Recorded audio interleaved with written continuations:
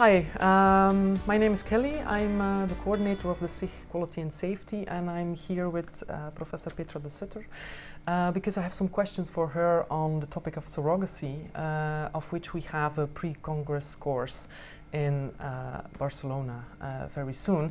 And Professor Sutter has actually written a report for the Council of Europe on the subject of surrogacy, and she is thus the expert on the topic at hand. So. Thank you. Expert, I'm not sure.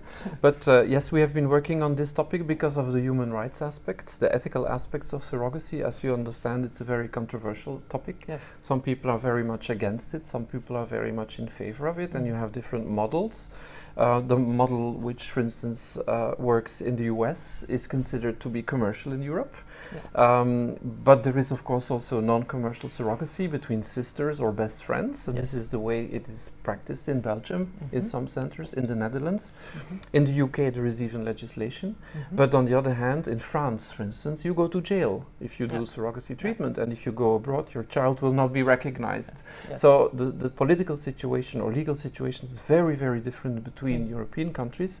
And so I'm very happy that you put this difficult subject, not technically difficult, but psychologically, ethically and legally really controversial subject on the agenda of ESHRE. Thank you. Petra, why do you support surrogacy?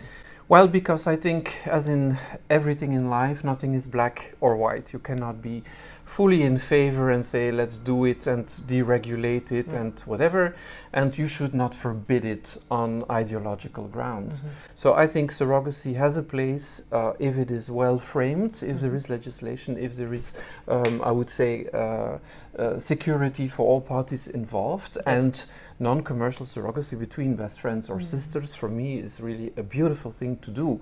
If a sister wants to help her sister give birth to her child, we have many experiences, many cases like that. These are really very, very nice cases, and I don't agree with people that also want to forbid that form of medicine. Of course, I agree with the criticisms on exploitation, on all things that can go wrong in international surrogacy arrangements, as we call it, which are purely commercial. And we hear terrible stories from Asian countries, for instance. It used to be India, now it is more like Thailand, Cambodia, Nepal. These countries are really struggling with the abuses that are happening. The US has regulated, has good legislation, but is considered to be commercial in our view, because the surrogate mother will get money for doing this. And this doesn't fit with the European model of altruism for donation of organs, tissues, cells, and also carrying somebody's child. So. And are there countries in Europe where there is a legislation for surrogacy? Yes, like the UK. I must say the UK has a good model with a good I would say, method or mechanism to make sure that the intended parents get parentage of the child, not through adoption, but through a specific, what we call sui generis mechanism, which is parental transfer, which for me would be a good model to implement in other countries, like in Belgium, because I'm not in favor of the contract where the intended parents will be on the birth certificate and maybe the surrogate even will not be on the birth certificate. And the UK has good legislation. It's the only country that really has regulated in a good way in Europe. And what are the barriers for most European countries to not use this model and implement it themselves? Ideological. Ideological. It's very clear. I mean, and the ideological barriers come from two different groups. You have religious groups who are absolutely not agreeing with the fact that surrogacy is being done because it is the child, selling a child anyhow, and it's against the dignity of that child.